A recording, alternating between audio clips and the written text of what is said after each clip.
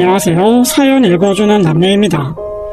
오늘도 와주셔서 감사드리며 오늘의 사연 시작하겠습니다. 안녕하세요. 저는 올해 40인 여자입니다. 결혼한 지 8개월 차 새댁이었지만 저는 남편의 행동에 치를 떨며 이혼을 선택했습니다. 8개월 만에 이혼하는 것은 너무 서두른 선택 아니냐고 할 수 있겠지만 오늘 저의 구구절절한 사연을 들어보신다면 깊이 공감해 주시리라 생각해요. 눈이 높았던 저는 결혼정보 회사를 통해 전 남편을 만나 결혼하게 되었습니다. 제 전 남편은 이런 사람이 왜 아직도 결혼을 안 했나 싶을 정도로 꽤 괜찮은 사람이었어요.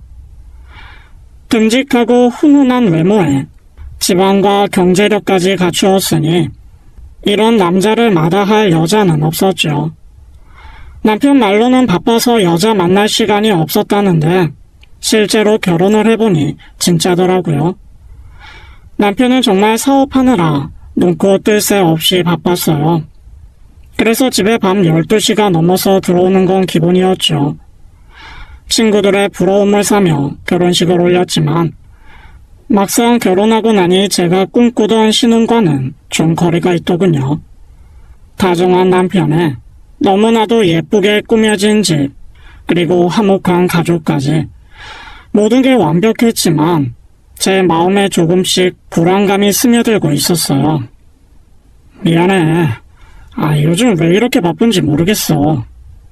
결혼 전에는 안 그러더니 갑자기 왜 이렇게 바빠졌어? 그러게 말이야. 홍보를 따로 한 것도 아닌데 물량이 증가해서 생산직 사원들도 난리야. 나는 신혼의 새댁인데 독서 공방하고 있다고. 알아. 나도 여보가 그리운데 회사가 바쁘니 어쩌겠어. 내가 먼저 퇴근하면 직원들이 욕할 것 같아. 알긴 아는데 그래도 서운한 걸 어떡해? 일 좀 잠잠해지면 놀러 가자. 알겠지? 알았어. 좀 참아보지 뭐. 친구들하고 놀러도 가고 재밌게 시간 보내. 남편은 제게 금 1분을 내밀었고 그걸 위안 삼아 서운함을 달랬습니다. 한편으로 고생하는 남편이 짠하기도 했어요. 저희 시댁은 사업가 집안이었습니다. 시아버지, 남편, 아주버님 모두 사업을 하고 있었어요. 엄청 크게 사업하는 건 아니고 소소하게 사업을 하는 정도였지만 직장인에 비하면 수입이 꽤 좋은 편에 속했어요. 그래서 집안 남자들이 일에 파묻혀 사느라 바빴죠. 남자들의 공백을 여자들끼리 모여 풀곤 했습니다. 얘, 뭐하고 있니? 오늘 밖에 나와서 바람 좀 쐴까? 네, 어디로 나가면 될까요? 안 그래도 집에서 방바닥만 긁으며 심심해하던 차였는데 시어머니의 연락에 저는 신나서 달려나갔습니다. 나간 자리에는 시어머니뿐 아니라 형님도 같이 나오셨어요. 이참에 형님과도 친해질 수 있겠다 싶어서 좋았죠. 시어머니는 며느리들과 나와서 기분이 좋으셨는지 저희가 마음에 들어 하는 것들을 다 사주시며 백화점 쇼핑을 제대로 시켜주셨습니다. 요즘 힘들지? 결혼했는데 사업이 바빠져서 남편이 곁에 없으면 얼마나 외롭겠니? 그이도 미안하다고 하더라고요. 결혼하자마자 이렇게 바빠질 줄은 생각도 못했어요. 사업이란 게 그렇다 얘. 잘 안 될 때면 잘 되게 하려고 바빠지고 잘 되면 잘 되는 대로 바쁜 게 사업이라는 거야. 저도 아는데 한 달 중 하루를 일찍 못 들어와요. 그럴 때마다 나한테 속 시원히 전화해. 나도 네 시아버지가 사업하다 보니 그 마음 잘 안다. 매번 늦게 들어와서 얼굴 보고 밥 한 번 제대로 먹은 게 언젠지 몰라. 저도요 어머니. 도대체 그이는 자기가 그 회사 일을 다 하는 것도 아닌데 뭐가 바쁘다고 하는지 모르겠어요. 형님도 그러셨어요? 저만 그런 게 아니었네요. 신모와 형님 모두 독수 공방한 지 오래되었다며 공감해 주시는데 왠지 제 편이 생긴 것 같아서 기분이 좀 풀렸습니다. 하지만 남편의 바쁜 사업은 나아질 기미가 없었어요. 내가 누구랑 결혼했는지 모르겠어. 자기는 만날 늦게 들어오고 텅 빈 집에서 얼마나 외로운지 알아? 알지. 근데 어떡해. 회사 운영 안 하면 우리 손가락 빨고 살아? 그렇게 말하면 내가 뭐라고 해. 이해 좀 해줘. 회사 일이 바빠서 그런 게 아니면 나도 여보랑 있고 싶지. 저희 투정의 남편은 애교와 선물로 미안함을 대신했어요.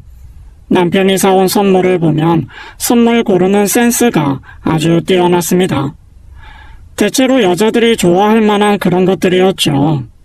속상한 마음의 친구들에게 제 상황을 이야기하면 친구들은 다 같이 입을 모아 말했습니다. 야, 우리 남편 월급 네가 받아볼래? 정말 쪼들려서 내가 투잡이라도 뛰어야 할 판이야. 네가 배가 불러서 그래. 넌 사고 싶은 거 다 사고 시어머니가 가끔 쇼핑도 시켜준다며.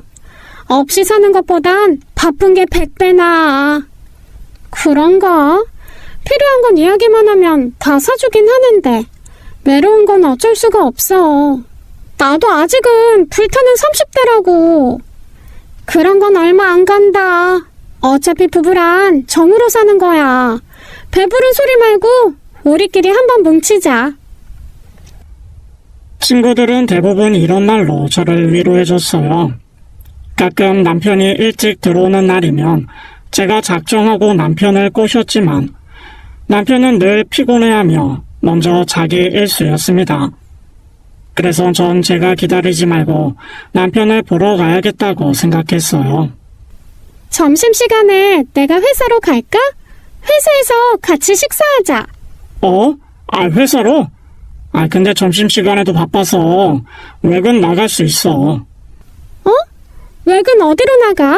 같이 가면 안 돼? 에이, 미팅하는데 같이 가면 상대방이 불편하지. 그런가? 같이 가서 거래처에 인사도 나누고 하면 좋을 것 같은데. 다음에 같이 가. 제가 어떻게든 같이 식사라도 할 시간을 만들어 보려 했지만 남편은 한사코 반대했어요. 신혼인데 아무리 그래도 이렇게까지 하나 싶어서 서운한 마음도 들었습니다. 보통 다른 사람은 시간을 쪼개서라도 보고 그러는데 우리는 그렇지 않은 것 같아서 너무 결혼이 빨랐나 하는 아쉬움도 들었어요. 그러던 어느 날은 친구들 모임에 갔더니 친구 하나가 초음파 사진을 보여주더군요. 그걸 본 순간 마음 한구석이 시큰했어요. 아무래도 지금 우리 부부 이대로는 안 되겠다는 생각이 들어 그날 남편을 붙잡고 이야기했죠. 우리도 2세를 갖자고요. 그랬더니 남편이 좀 놀란 표정이더군요. 아직은 일도 많이 바쁘고 난 당신이랑 우리 둘만 지내는 것도 나쁘지 않아. 당신이 나이가 많은 게 걱정돼서 그러는 거면 난자 냉동이라도 해보는 게 어때? 저희 닭달의 남편은 잠자리 대신 난자 냉동을 권유했습니다. 서운함이 배가 되었지만 한편으로는 그것도 방법이겠다 싶었어요. 그러던 어느 날 어머님, 형님과 함께 모임을 가진 날이었어요.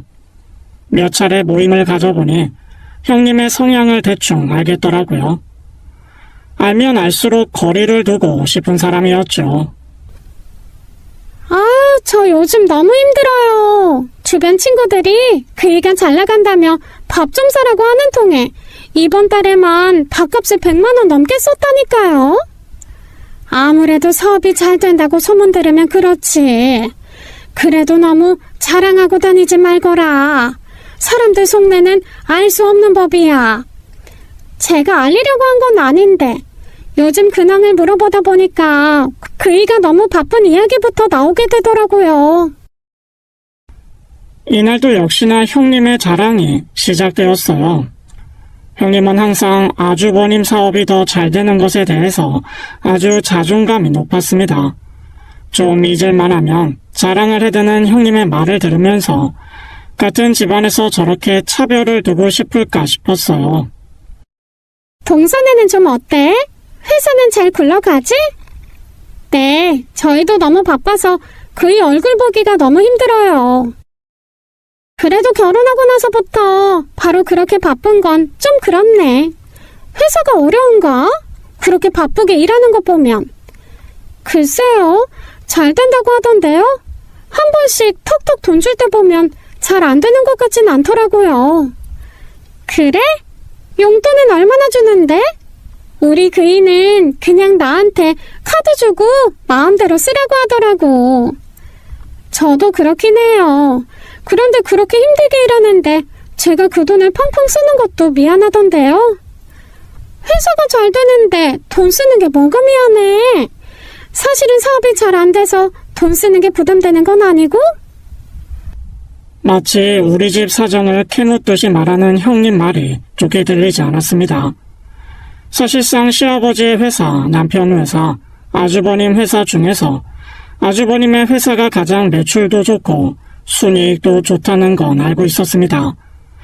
그렇지만 대놓고 자꾸 비교하고 무시하려는 형님의 그 어투가 거슬렸어요. 그이는 회사 더 키워야 된다면서 요즘엔 해외 출장도 다니면서 협력할 회사 찾는데 정말 바빠요. 해외까지 확장하려고 그런다니? 네, 어머니. 그이는 천상 사업가인가 봐요.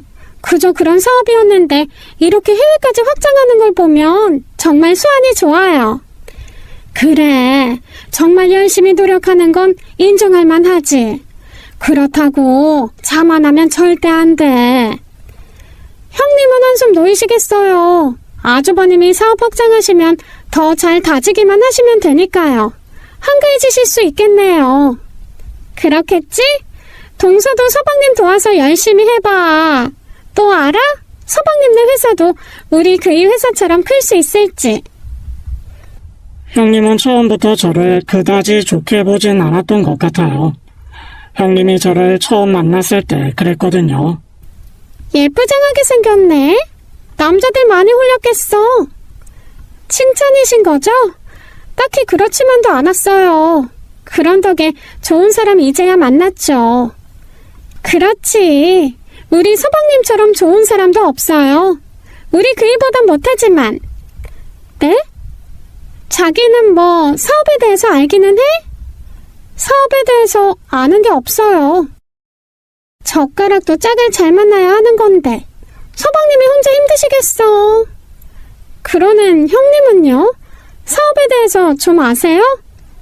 나도 뭐 대학에서 경영학 전공하고 대학원 다니다가 중퇴하긴 했어. 그래도 아무것도 모르는 자기보다야 난 잘 알지. 사업이 글로 배우나요 뭐. 저도 그 정도 지식은 있지만 그걸 사업에 대해서 안다고는 말 안 해요. 형님은 처음부터 저를 무시하고 있었고 저 역시 그런 형님의 행동에 기가 눌리지 않으려고 노력했습니다. 형님 같은 사람은 꼭 누군가를 무시하면 끝까지 짓밟으려고 행동한다는 것을 느낌으로 알았거든요. 제가 그렇게 나가자 형님도 기분이 나빴는지 한동안 말이 없긴 했습니다. 이후 시어머니와 만날 때만 저와 대화를 나눴고 따로 연락도 하지 않았어요. 딱 보니 제가 형님에게 지지 않는 것에 기분이 상한 것 같았습니다. 그때 이후로 자랑만 늘어놓는 형님에게 어머님은 충고를 하시곤 했지만 형님은 그에 꺾이지 않는 모습으로 그저 자기가 잘난 양 행동했습니다. 그러던 어느 날 제가 밥을 사겠다고 한 날 사건이 터졌습니다. 오늘 밥은 제가 살게요. 됐어. 그까짓 밥 얼마나 한다고. 아껴둬. 그보다 서방님 구멍가게 같은 가게 키워서 우리 그이처럼 대형 마트 정도 되면 한턱 내던가. 저는 형님의 그런 말이 정말 안이 꼽고 화도 났습니다. 시어머니도 한 말씀 하셨어요. 얘야, 지금 그 말은 좀 심하지 않니? 어머니, 사실이잖아요. 매출액 30억 겨우 넘는 곳은 사업이라기엔 구멍가게 수준 아니에요? 형님, 정말 말 그렇게 함부로 하실 거예요? 동서, 뭘 그렇게 발끈해. 30억 겨우 넘었다는 게 그렇게 불쾌할 일이야? 돌려 말하면 앞으로 발전이 무궁무진하다는 건데 동서 가만 보면 은근 심보 꼬였다. 형님, 그렇게 남을 깎아내리면 좋으세요? 어머, 동서, 서운하네. 우리가 남이야? 깎아내린 건 맞다는 거네요. 내가 사실밖에 말을 못해서 그게 그렇게 서운했어? 형님, 사업은 정말 한순간이에요. 그렇게 자만하시다가 큰일 나세요. 그리고 명확히 말하면 그 사업이 형님 사업은 아니잖아요. 형님은 제가 쏘아붙이는 말에 멈칫하더니 동서 그렇게 안 봤는데 너무 한다면서 기분 나빠하며 집으로 가버렸어요. 시어머니는 떠나는 형님을 붙잡지도 않으셨습니다. 어머니, 죄송해요. 너무 속상해서 그만. 잘했어. 사업이 잘 되기 시작했을 때부터 점점 자신이 무슨 부잣집 사모님이라도 된 것처럼 그러더라. 남편이 잘 될수록 안 사람이 더 잘해야 되는 법인데 그 애는 뭘 몰라. 사람 일 어찌 될지 아무도 모르는 건데. 그래도 시어머니가 그런 저희 사이가 불편해지지 않도록 또 한 번 만나자고 말씀하셨어요. 며느리라고는 둘밖에 없는데 사이좋게 잘 지냈으면 하셨던 거죠. 저 역시 형님과 척지고 지내고 싶지 않았어요. 시어머니의 중재로 유야무야하게 그날 일은 지나가게 되었습니다. 하지만 형님은 여전히 같은 사람이었어요. 형님의 자랑질은 끝이 없었죠. 저는 사업보다는 남편과의 사이가 더 중요하게 생각이 들었는데 형님은 그보다는 돈이 더 중요한 사람처럼 보였어요. 그런 부분이 아이러니하긴 했습니다. 형님과 친하게 지내고 싶진 않았지만 그래도 물어보고 싶은 마음은 참을 수 없었어요. 형님은 아주버님이랑 같이 보내는 시간 있으세요? 글쎄, 같이 뭔가를 해본 적도 거의 없는 것 같네. 아주버님도 역시 바쁘시죠? 뭐 그렇지. 쉬는 날이 있어도 비즈니스상 아는 사람들하고 만나거나 새로운 계약 따려고 늘 미팅 다니니 나랑 뭘 할 시간이 있나. 외롭진 않으세요? 외로움이라. 그래서 이렇게 풀고 있잖아. 솔직히 돈 쓰는 재미 아니면 그이랑 결혼한 의미 없는 것 같은데? 형님은 결혼해서 느껴지는 외로움을 초탈한 듯한 느낌이었습니다. 형님도 초반에는 아주버님과 행복한 신혼을 보냈다고 했어요. 그나마 저보다는 나은 상황이셨던 거죠. 그러나 형님도 몇 달 안 돼서 아주버님이 회사 일만 하느라 자신을 봐주지 않았고 그 후에는 계속 아주버님이 회사 일이 잘 되니 그 돈을 쓰는 재미에만 집중하게 됐다고 했습니다. 그런 이야기를 들으니 형님도 참 안쓰럽다는 마음이 들었어요. 형님도 아이라도 낳을 수 있다면 좋았겠다는 생각을 했었나 봅니다. 하지만 아주버님도 워낙에 바쁘게 지내셨고 아이를 가질 기회도 밤하늘의 별따기였던지라 결혼하고 나서 얼마 안 돼 마음을 접었다는 이야기를 들었어요. 형님의 모습이 왠지 내 미래의 모습이 되는 것은 아닐까 잠시 서늘한 느낌도 들었습니다. 하지만 미리 걱정해 보아야 뭘 하겠는가 싶었죠. 저는 그래도 형님처럼은 되지 말자고 생각했습니다. 하지만 신혼 초 때의 상황이 크게 달라지진 않았어요. 그로부터 2달 뒤 저에게는 충격적인 소식이 들려왔습니다. 바로 형님이 아주버님과 이혼한다는 소식이었죠. 무슨 일이 있었던 거니? 네가 이혼한다고 하고. 어머니, 전 여태까지 그이한테 속아서 살았어요. 둘이 다시 차려볼 순 없는 거니? 그 사람이요, 바람을 피웠어요. 뭐? 첫째가? 시어머니는 적잖이 당황스러워하는 얼굴이었습니다. 사실 아주버님은 워낙 모범생이라고 소문이 났었고 일밖에 모르는 사람인 줄 알았기에 가족 모두가 바람을 피웠다는 사실에 놀랄 수밖에 없었던 거였어요. 시어머니는 아주버님이 바람 피웠다는 이야기에 더는 잘 살아보란 소리를 하시지 못했습니다. 제가 시어머니 입장이었어도 그럴 수밖에 없었을 것 같았어요. 내 자식이 흠이 있어 이혼한다는데 잘 살아보라고 할 만한 다른 이유가 없었으니 말입니다. 시어머니는 그저 형님에게 자기 자식이 그럴 줄은 몰랐다고 하면서 미안하다고 말했어요. 형님, 혹시 오해하시는 건 아니시죠? 오해? 오해였다면 나도 좋았을 텐데. 오해가 아니라서 나도 배신감에 치를 떨었어. 아주버님이 그러시다니 진짜 놀라셨겠어요. 모르겠어. 솔직히 정리가 안 돼. 그리고 어머니, 저 정말 어머니 좋아했는데 지금은 너무 힘들어서 어머니 얼굴 뵙는 게 힘드네요. 그래, 네 맘 다 안다. 얼마나 마음고생했겠니. 내가 뭐라 해줄 말이 없다. 미안하다. 형님은 평소에는 그렇게 강한 척하고 자신만만하게 굴더니 아주버님의 바람 피운 사건 이후로 자신감도 확 가라앉아 보였습니다. 저희와 같이 있으면서도 전에 없던 표정을 보이시면서 눈물만 글썽해서는 앞에 놓인 찻잔만 만지작거리고 있었어요. 형님을 보면서 그동안 미워했는데 내가 미워해서 이렇게 됐나 하는 생각도 들었습니다. 그리고 한편으로 그 와중에도 궁금증이 일었어요. 형님을 보았을 때 물어봐야 할까 말아야 할까 고민이 됐지만 지금이 아니라면 사실을 확인할 방법이 없을 것 같아서 형님에게 질문을 던졌습니다. 형님, 정말 속 많이 상하셨죠? 저 같으면 제정신이 아니었을 것 같아요. 어쩌다가 바람을 알게 되신 거예요? 나만 알았으면 차라리 덜 괴로웠을지도 몰라. 사실 내 친구가 일본 여행 갔다가 남편을 봤다는 거야. 일본 여행에서요? 해외 쪽으로 사업 늘린다는 건 거짓말이었어.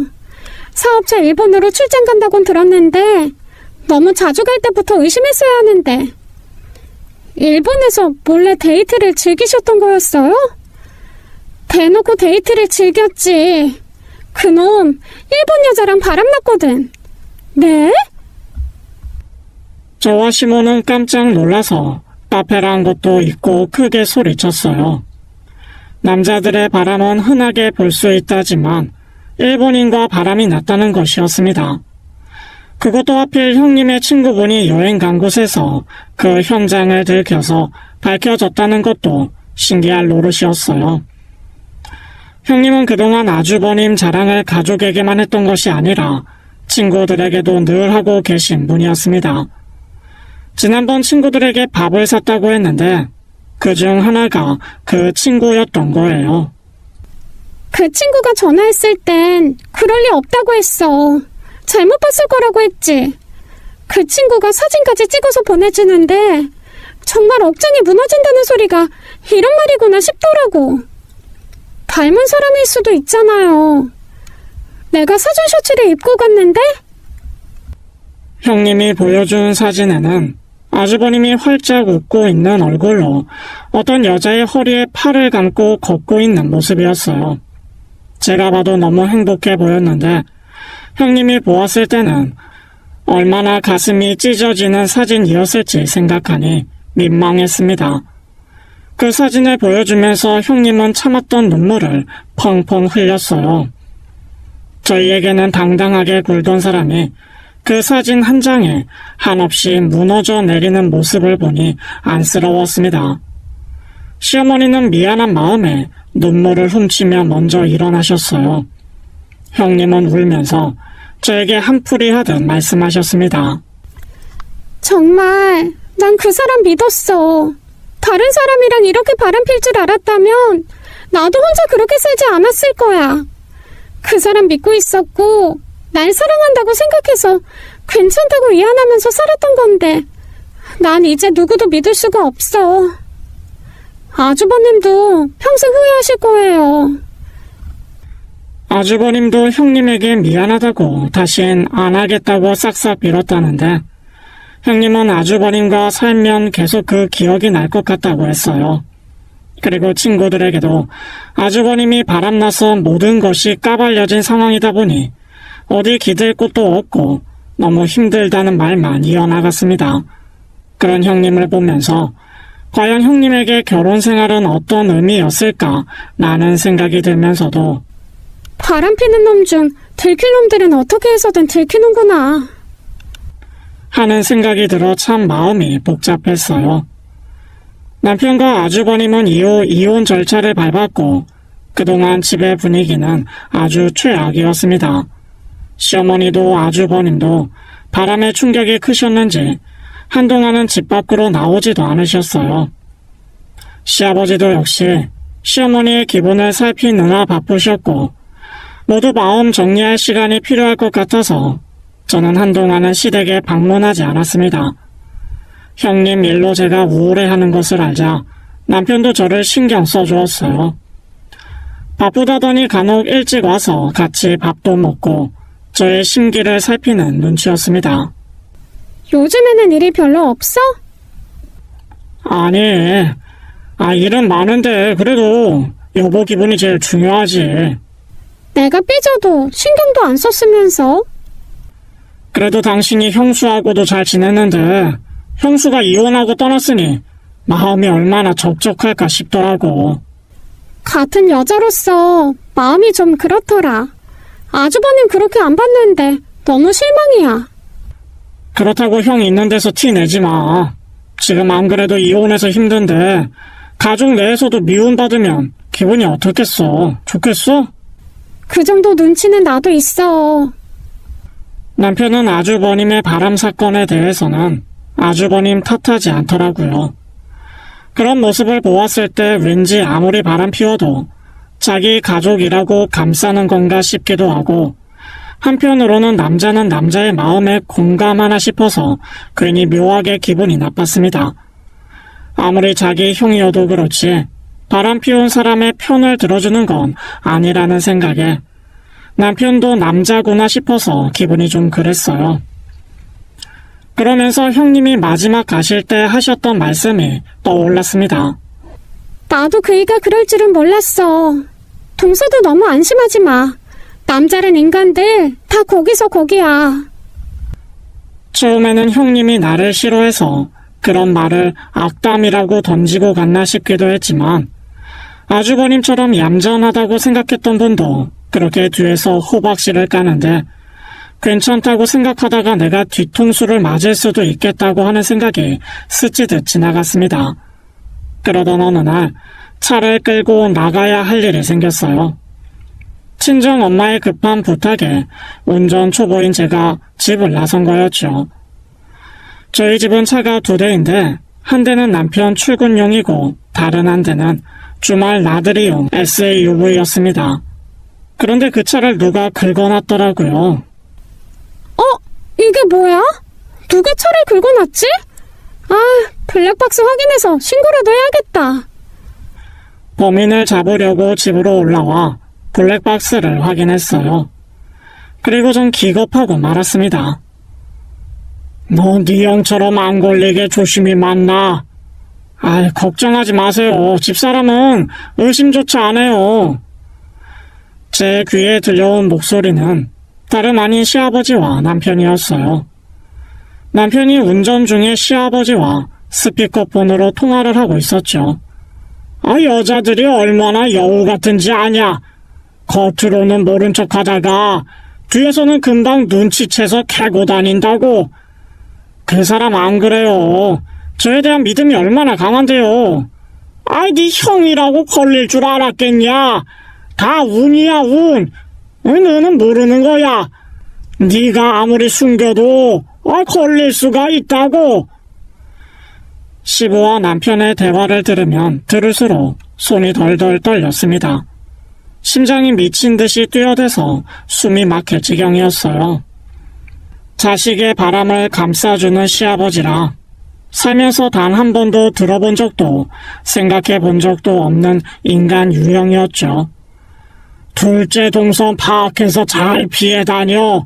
어디 나간다고 하면 어디 가는지 꼭 확인하고 그래야 동선이 안 겹치지. 아버지, 저 의외로 철저해요. 연애 때부터 지금까지 단 한 번도 의심받은 적도 없다고요. 그렇다면 다행이지만 네 형이 이혼했으니 마음에 좀 걸려서 하는 말이다. 이럴 때일수록 여자들이 더 예민해진다고. 형은 좀 어설프긴 했어요. 요즘 일본에 우리나라 사람이 얼마나 많은데. 들키려고 하면 어디서든 들킬 수 있는 거야. 조심해. 들꽃에만 물 뿌리지 말고 집에 있는 꽃에도 시간 될 때마다 물 좀 주고. 둘의 대화에서 양심이라고는 찾아볼 수 없었습니다. 시부와 남편이 자신들의 무용담을 이야기할 땐 제 귀가 썩는 기분이었어요. 바람 피우고도 걸리지 않는 걸 대단한 자부심처럼 여기는 부자라니 두 인간에게 너무 분노가 치밀어 올랐습니다. 며느리들 앞에서는 매너 있는 척하던 시부의 이중인격에 치가 떨렸네요. 저는 증거 수집부터 해야 했습니다. 블랙박스를 모조리 다 뒤졌어요. 파면 팔수록 불편한 진실이 쏟아져 나왔죠. 이번에 우리 어디로 가지? 조금 멀리 가볼까? 근처에서는 회사 사람들한테 걸릴까봐 걱정돼. 그랬어? 응, 저번에 김 대리님이 나 봤다고 하는데 심장이 철렁했어. 아이, 걸린 건 아니겠지? 다행히 오빠가 화장실 갔을 때 보고서 지나쳤나 보더라고. 다음부터는 좀 더 조심해야겠다. 아이, 오빠, 그냥 이혼하고 나랑 살면 안 돼? 나 새벽에 오빠 가고 나면 외로워. 나도 그러고 싶지. 그런데 아직은 상황이 좀 그래. 우리 아기 조금만 기다려. 대신 오빠랑 곧 해외여행 가자. 진짜? 너무 좋아. 오빠 사랑해. 남편과 내연녀는 저희 부부보다 더 가까운 사이처럼 보였습니다. 그리고 대화 내용을 보니 그 여자는 남편의 회사에 새로 들어온 신입 여사원 같았어요. 일전에 한번 남편이 신입사원을 뽑았다는 소리를 들은 적은 있었는데 그중 하나가 바로 그 여직원이었나 봅니다. 어쩐지 제가 회사에 간다고 했을 때도 그렇게 싫다고 하더니 자기의 내연녀가 회사에 있으니 저를 데려갈 수 없었던 것이었겠죠. 그런 남편을 생각하니 손이 부들부들 떨리면서 너무 억울했습니다. 결혼한 지 한 달 만에 바쁘다면서 저와는 시간을 잘 보내지 않았던 남편은 제가 아닌 그 내연녀와 행복한 시간을 보내고 있던 거였죠. 매일 늦게 오던 것은 그 내연녀와 밤을 같이 보내다가 새벽에만 슬쩍 집으로 들어와서 옷 갈아입고 바쁜 척 출근하는 모습을 보였던 겁니다. 그렇게 열심히 바람을 피우다니 그 정성이 대단해 보이기까지 했어요. 저는 그 블랙박스들을 보면서 한 가지 의문이 생겼습니다. 그럴 거면 처음부터 결혼하지 말지. 왜 저와 결혼해서 나를 이렇게 힘들게 만드나 하는 생각이 들었어요.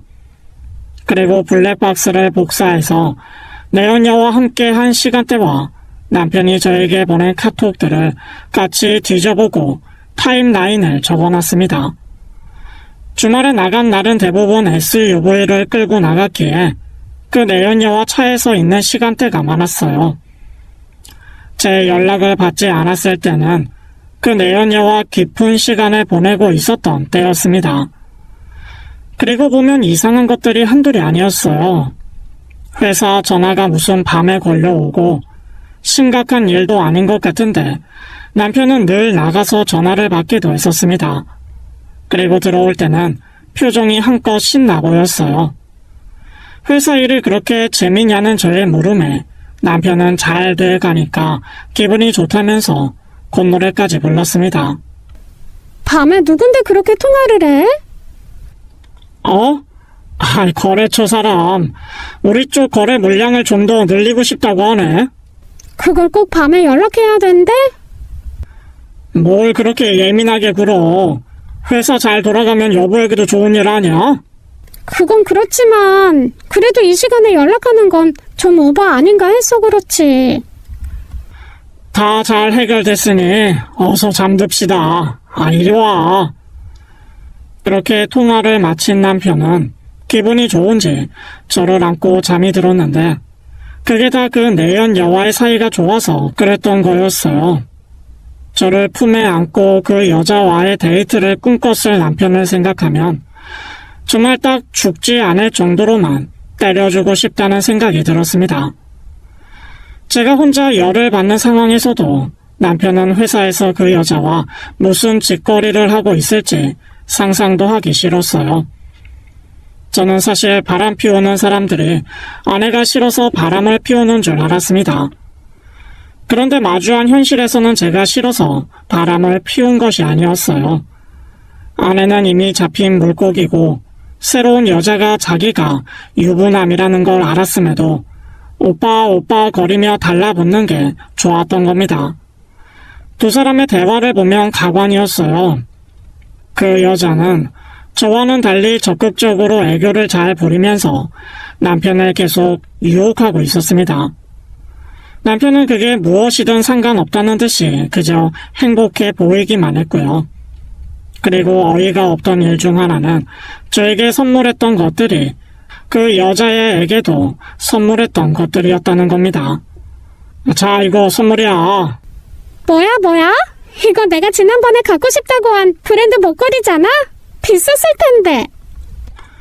그리고 이것도. 귀걸이까지 세트로? 오빠, 나 너무 좋아서 미칠 것 같아. 그럼 예쁜 짓? 차량 앞에서 주차 모드로 찍힌 두 사람의 모습이 있었는데 저에게 선물했던 똑같은 목걸이를 그 여자에게도 선물했어요. 게다가 그 여자에게는 귀걸이까지 세트로 해줬습니다. 저에게는 목걸이만 선물한 빌어먹을 남편 자식이었어요. 그 여자애는 너무 기뻤는지 남편에게 마구 볼 뽀뽀를 해드는 모습이 보였습니다. 시점을 확인해 봤을 때 그 여자에게 선물하고 나서 저에게도 같은 걸 선물했는데 저는 그것도 모르고 남편이 센스 있고 여자의 마음을 잘 안다며 행복해했던 거예요.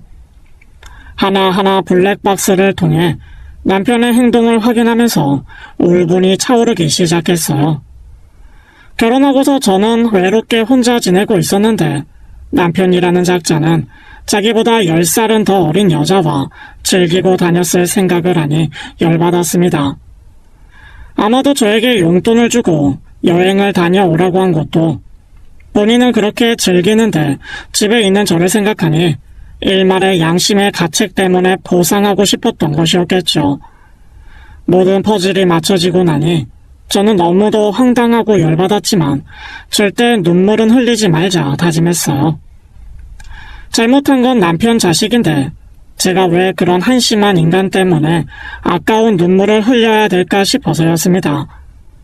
생각할수록 남편이 괘씸하다고 생각했어요. 제가 아이 가지고 싶다고 했을 때는 우리가 결혼한 지 얼마 안 됐다면서 나중에 생각해 보자더니 그 여자와 통화할 때는 너 닮으면 예쁘겠다는 말까지 했습니다. 그런 말을 듣고 있자니 그 사람은 언제든 나를 버리고 내연녀와 다른 살림 차릴 수도 있겠다고 하는 생각에 정신이 번쩍 들었습니다. 저는 이미 많은 사실을 확인했고 이대로는 참을 수 없다는 생각이 들었어요. 그래서 어떻게 할까 고민하다가 더 참을 필요도 없이 남편과의 관계를 끝내야겠다는 생각에 다다랐어요.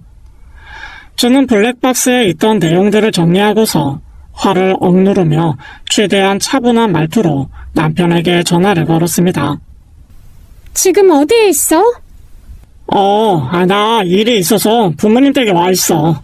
알겠어. 거기서 딱 기다려. 무슨 일인데? 보면 알게 될 거야. 여보, 뭐 화난 거 있어?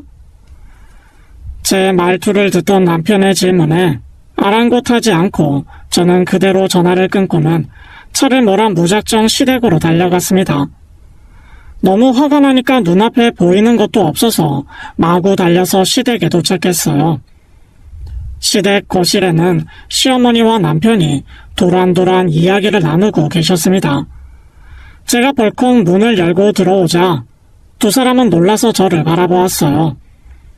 저는 들어가자마자 남편에게 가진 욕과 소리를 지르면서 남편 주변의 물건들을 다 던지고 뒤엎어 버렸습니다. 그리고는 주변에 있던 휴지곽을 들어 남편에게 세게 던졌어요. 남편은 그 휴지곽을 맞고는 아픈지 연신 문지르며 저에게 그만하라고 했습니다. 처음 보는 저의 모습에 시모와 남편은 당황한 듯이 말했어요. 아, 여보, 무슨 일이야? 갑자기 왜 이러는 건데? 정신 나갔어? 그래, 얘야. 무슨 일인지 말을 해야 할 것 아니냐. 야, 강주명. 너 바람 피우고 다니면 내가 모를 줄 알았어? 당장 이혼해. 난 너 같은 쓰레기랑 역겨워서 못 살아. 무슨 말이야? 내가 바람이라니? 그래, 세아가. 네가 뭘 잘못 알았을 거다. 좀 자중하고 앉아서 이야기하자. 아무런 상황을 모르는 시어머니는 되려 제가 잘못한 것 아니냐며 차분히 이야기해보자고 했습니다. 남편은 당황한 듯 보였지만 처음에는 아니라고 열심히 잡아댔어요. 아주버님처럼 자기가 누군가에게 목격됐냐고 물었습니다. 아이, 뭔가 잘못 알았겠지. 내가 여자랑 있는 걸 누가 봤다고 해? 잡아댄다고 현실이 달라지니? 어머니, 이 사람 회사 여직원하고 바람난 거예요. 20대 초반인 여자애랑. 그걸 어떻게 알았어? 뭐? 그게 사실이냐? 주명아, 말 좀 제대로 해봐, 인서가. 남편은 제 말에 급격히 표정이 어두워졌어요. 시어머니는 남편까지 바람 피웠다는 사실에 놀라신 듯 했습니다. 남편은 계속 아니라고 하더니 결국 제가 내연녀에 대해서 말하자 어떻게 알았느냐며 물어왔어요. 시아버지가 다 말했어. 당신 바람 피운 거. 시아버지도 다 알고 계셨더라? 아버지가? 내가 비밀로 해달라고 했는데 어떻게 그럴 수가 있어? 이런 상황에서까지 그런 말이 나오니? 말 안 하셨으면 평생 안 들킬 거라고 자신만만했겠네. 그런 거 아니야. 잠깐만 만나고 헤어지려고 했어. 그걸 말이라고 하는 거야? 정신 나간 자식아. 남편은 어이없게도 시아버지가 자신의 비밀을 지켜줄 거라 생각했나 봅니다. 물론 제가 남편을 떠보려고 일부러 그렇게 말했지만 남편은 시아버지가 자신의 비밀을 말했다고 생각하고 크게 오해했어요. 그 순간 외출하셨던 시아버지가 들어오셨습니다. 남편은 자신의 화를 참지 못하고 시아버지에게 화를 내기 시작했어요. 아버지! 어떻게 그 사실을 다 말할 수가 있어요? 예? 무슨 소리야? 내가 뭘 말해? 저는 아버지 바람난 거 비밀로 지켜주고 있는데 왜 아버지는 며느리에게 제가 바람난 거 다 알렸냐고요? 제가 이혼이라도 하기 바라셨어요? 뭐야? 나 아무 말도 하지 않았다. 이 사람이 아버지께 들었다고 다 말했다고요. 남편과 시부는 싸우기 시작했고 그 대화 속에서 저는 더 큰 사실을 깨달았습니다. 네, 이게 무슨 조화인지 아주버님에 이어 제 남편 그리고 시아버지까지 모두 바람을 피우고 있었다는 사실이었어요. 지금 뭐라고 했니? 네 아버지도 바람을 피워? 내가 뭐라고 했지? 아니야, 여보. 얘가 지금 실성해서 잘못 말한 거야. 거짓말 마. 둘이서 바람 피면서 서로 비밀을 지켜주고 있다고 나는 분명히 들었어. 진정 좀 해. 아니라니까. 시모는 제 남편이 바람 났다는 사실에 경악하고 있었는데 거기에 시부까지 바람 났다는 말을 듣고는 이성을 잃으신 듯 했습니다. 주방으로 달려가시더니 프라이팬을 들고 오셔서는 시부의 얼굴을 갈기셨어요. 시부는 프라이팬에 맞고는 쌍코피를 흘리시면서 시모의 바지가랑이를 잡고 한 번만 자기 말을 들어보라며 애원하셨습니다.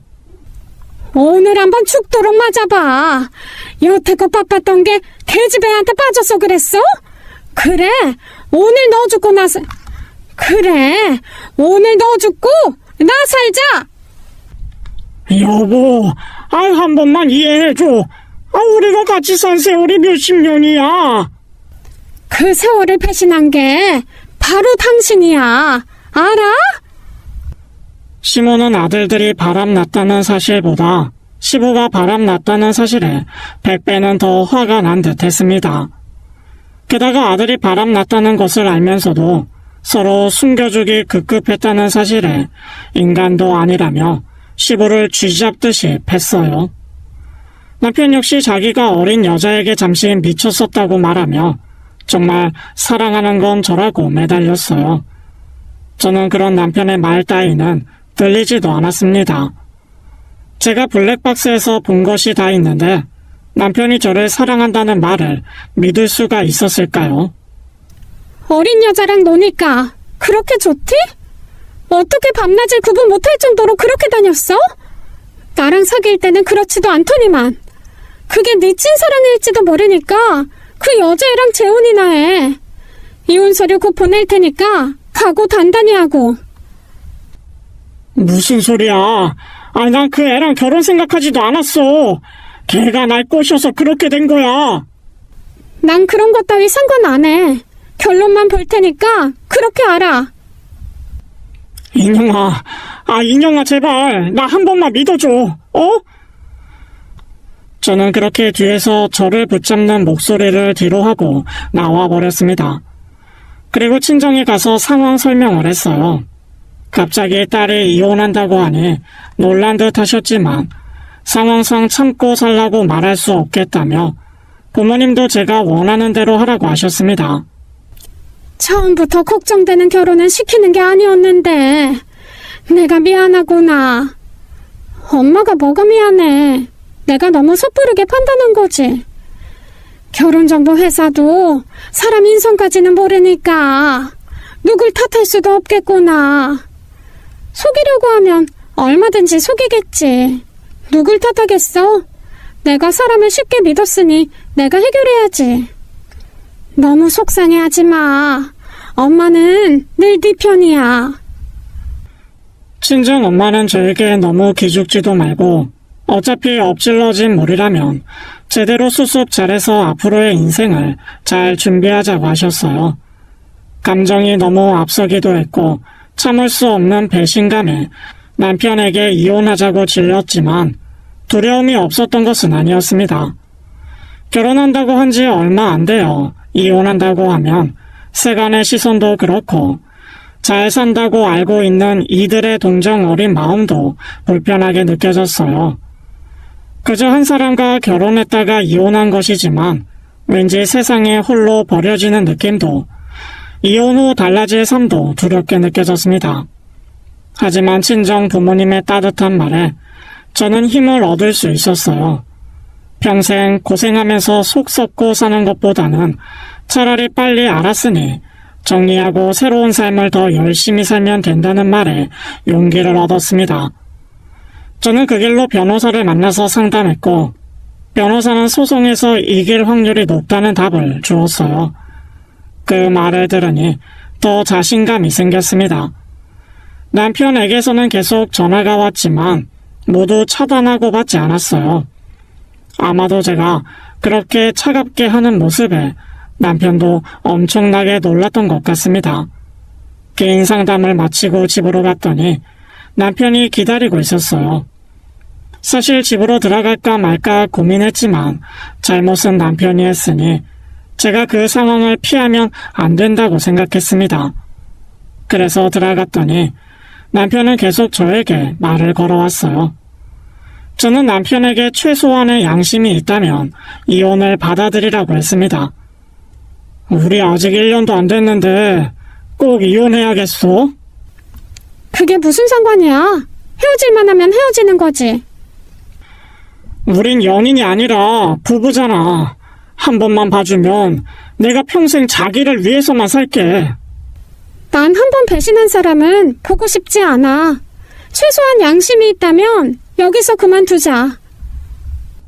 바람 피운 건 진짜 미안한데 정말 걔를 사랑해서 그런 건 아니야. 저는 남편의 말을 듣는 것 자체가 곤욕이었어요. 그래서 남편에게 빨리 짐을 싸라고 하고 집에서 나가라고 밀쳐냈습니다. 남편과 같이 있으면 제가 미쳐버릴 것 같았어요. 남편은 일단은 시댁에서 지내겠다면서 마음이 풀리면 연락 달라고 했습니다. 남편이 나가고 나서 저는 혼자서 생각 정리를 많이 했어요. 친정 부모님하고 이야기하고 나서 괜찮아졌다 생각했지만 혼자 있을 때 밀려오는 감정은 어쩔 수가 없었습니다. 울지 말자 했지만 터져 나오는 눈물과 속상함이 밀려왔어요. 저는 그날 집에 있던 남편과의 추억들을 모두 정리해서 쓰레기 봉지에 담아버렸습니다. 바로 정리하지 않으면 제 마음이 흔들릴 수도 있을 것 같았기에 그렇게 할 수밖에 없었어요. 얼마 지나지 않아 저는 변호사를 선임해서 이혼 소송을 했습니다. 남편에게 이혼 서류를 보냈지만 합의 이혼하려고 들지 않았거든요. 어차피 저도 바람 피운 그들에 대한 감정 때문에 합의 이혼보다는 소송이 맞았던 것 같았습니다. 소장이 날아가자마자 남편은 흥분해서 연락이 왔어요. 아이, 소송까지 갈 필요가 뭐 있어. 달라는 대로 내가 다 줄게. 그러니까 이혼 말고 나랑 1년만 더 살아보자. 내가 잘할 테니까. 이미 난 마음 결정했어. 돈이 중요한 게 아니야. 널 믿었던 내가 너무 부끄럽고 바보 같아.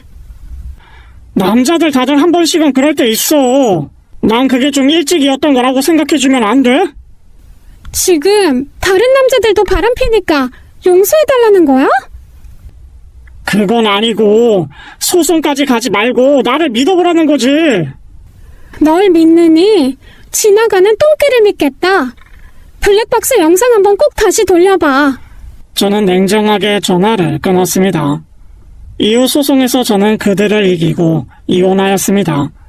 8개월간의 짧은 결혼 생활이었지만 남편은 유책 배우자였기에 저에게 만만치 않은 위자료를 줘야 했어요. 또한 저는 거기서 그치지 않고 남편과 바람난 그 상간녀에게도 위자료를 받았습니다. 그 상간녀는 어렸지만 인생 공부 톡톡히 했을 그거로 생각해요. 아무리 돈이 좋아도 그렇지 유부남을 만나다니 비싼 과외비를 물었다고 생각하길 바랬습니다. 남편은 소송 후에 그 내연녀에게도 차였는지 한 번은 술 먹고 전화가 왔었어요. 하나 저는 바람 피웠던 사람은 인간으로도 취급하지 않는다고 딱 잘라 거절했습니다. 저희가 이혼하고 나서 시모에게서 연락이 왔어요. 사실 저에게 무슨 이야기를 하실까 걱정됐는데 시모는 쿨하게 말씀하셨습니다. 예, 어쨌든 네 덕에 파렴치한 놈과 내가 이혼했다. 이 나이라도 이혼해서 잘 살아보려고 해. 내 아들놈이 못나서 너도 이혼 경력까지 단 게 미안하지만 그래도 잘 살기를 응원하마. 어머니도요. 저 어머니 많이 의지한 거 아시죠? 앞으로의 인생은 행복하게만 사세요. 고맙다. 잘 지내거라. 시어머니는 시아버지와 한참을 싸우다가 결국 이혼하셨다고 했어요. 시어머니는 시아버지에게 위자료를 톡톡히 받았다고 하셨습니다. 어떻게 그럴 수가 있냐고 물었더니 사실 시아버지가 운영하던 회사도 다 시어머니 집안에서 자금을 대주었던 거였어요. 시어머니가 티를 내진 않았지만 시댁의 쩐주는 바로 시어머니였다고 합니다. 시어머니 집안이 아주 부자였었는데 가난한 시아버지를 만나서 결혼하는 시어머니가 안쓰러워 집안에서 회사를 운영하게끔 지원을 해주셨던 거였죠. 그렇다고 시아버지가 엄청난 사업 수완이 있지는 않으셨는지 그 사업을 그럭저럭 이어가고 계셨는데 그마저도 이혼하면서 회사에 있던 지분을 빼앗기고 마신 거였습니다. 시어머니는 그 돈으로 노후 준비와 여행을 다니며 에세이 작가를 목표로 사시겠다고 하셨어요. 시아버지와 두 아들들이 모두 이혼하자 회사에서도 그들을 보며 이상한 소문이 돌기도 했다고 합니다. 바람을 피운 데다가 더해서 여자 관계가 문란하고 이상한 업소에도 드나든다는 식의 카더라가 무성해져 버린 것이죠. 그래서 회사의 기강이 잘 잡히지 않아 다들 고생하고 있다고만 들었습니다. 생각해보면 결국 그 집안 남자들은 모두 다 바람이 나서 이혼을 하게 되다니 참 아이러니하지 않나요? 이혼이 흠은 아니지만 아무리 생각해도 저는 바람 유전자가 있다는 생각이 듭니다. 그렇지 않고서야 어떻게 한 집안에서 세 남자가 모두 바람을 피워서 이혼당할 수가 있겠어요. 결혼 초반에는 저도 아이를 빨리 가지고 싶었는데 아이를 낳지 않는 것이 오히려 잘 됐다는 생각이 드네요. 만약 제가 아이를 낳았는데 남편의 유전자를 물려받아 커서 바람 피웠다면 정말 골칫덩이였을 거라 생각합니다. 저는 이혼 후에 위자료로 다른 지역으로 집을 사서 이사했어요. 남편과 다시 마주치고 싶지도 않았고 40살이라는 제 나이에서 터닝포인트를 가져야 한다고 생각했습니다. 그리고 그 지역을 이사하면서 다니던 직장을 그만두게 됐는데 최근에는 지인과 함께 작은 가게를 하나 시작해서 장사에 맞들이고 있어요. 새로 오시는 손님들 맞이하고 물건을 손수 골라서 떼다 팔기도 했는데 재미도 있고 어떻게 보면 저와 적성도 잘 맞는다는 생각이 들었습니다. 전 남편을 만나서 결혼하고 8개월 만에 이혼해서 비록 이혼료 딱지가 붙긴 했지만 그로 인해서 제 인생은 참 많이 바뀌었던 것 같아요. 그의 일이 없었더라면 지금의 제 모습도 없을지도 모릅니다. 물론 이혼하지 않는 것이 가장 좋고 바람 피는 사람을 만나지 않는다면 더 좋았을 테지만 이미 지나간 일에 대해서 걱정하며 살기에는 인생이 너무 짧은 것 같아요. 저는 지금 사는 제 인생에 너무나도 만족하고 있답니다. 혹시라도 남편이 바람 피워서 힘드신 분들이 있나요? 이혼하고 싶지만 쩔쩔매고 계신 분들 있으실지도 모르겠습니다만 분명한 건 내가 나를 믿고 지켜야 한다는 것 같습니다. 두려운 마음을 이겨내면 새로운 미래가 열리기도 해요. 힘들다고 해서 주저앉아 있지 마시고 자신이 원하는 삶을 위해 달려나가시길 바랍니다. 저도 그 힘든 시간을 이겨내고 아주 행복하게 살고 있으니까요. 제 행복을 나눠주는 사람이 되고 싶어요. 그리고 이혼했다고 해서 창피하거나 흠이 있는 것도 아닙니다. 친구들은 가끔 이혼 이야기가 나오면 제 눈치를 보기도 해요. 하지만 이혼하고 싶어서 이혼한 것이 아니라 상황 때문에 그렇게 됐다면 그것마저도 받아들여야 한다고 생각합니다. 그래서 저도 친구들이나 새로운 사람을 만날 때 이혼했다고 숨기지 않고 말을 해요. 누군가의 배신에 상처받았지만 그만큼 더 꿋꿋하게 잘 살아가고 있는 제가 자랑스럽답니다. 오늘 제 이야기를 들어주신 많은 분들께도 행복한 일만 있으시길 바라면서 이만 글을 마쳐보려 해요. 항상 자신을 먼저 생각하는 행복한 삶을 사시길 바랍니다. 들어주셔서 감사합니다. 지금까지 사연 읽어주는 남녀였습니다. 끝까지 함께 해주신 여러분 감사드리며 저희는 다음 사연으로 돌아올게요. 감사합니다.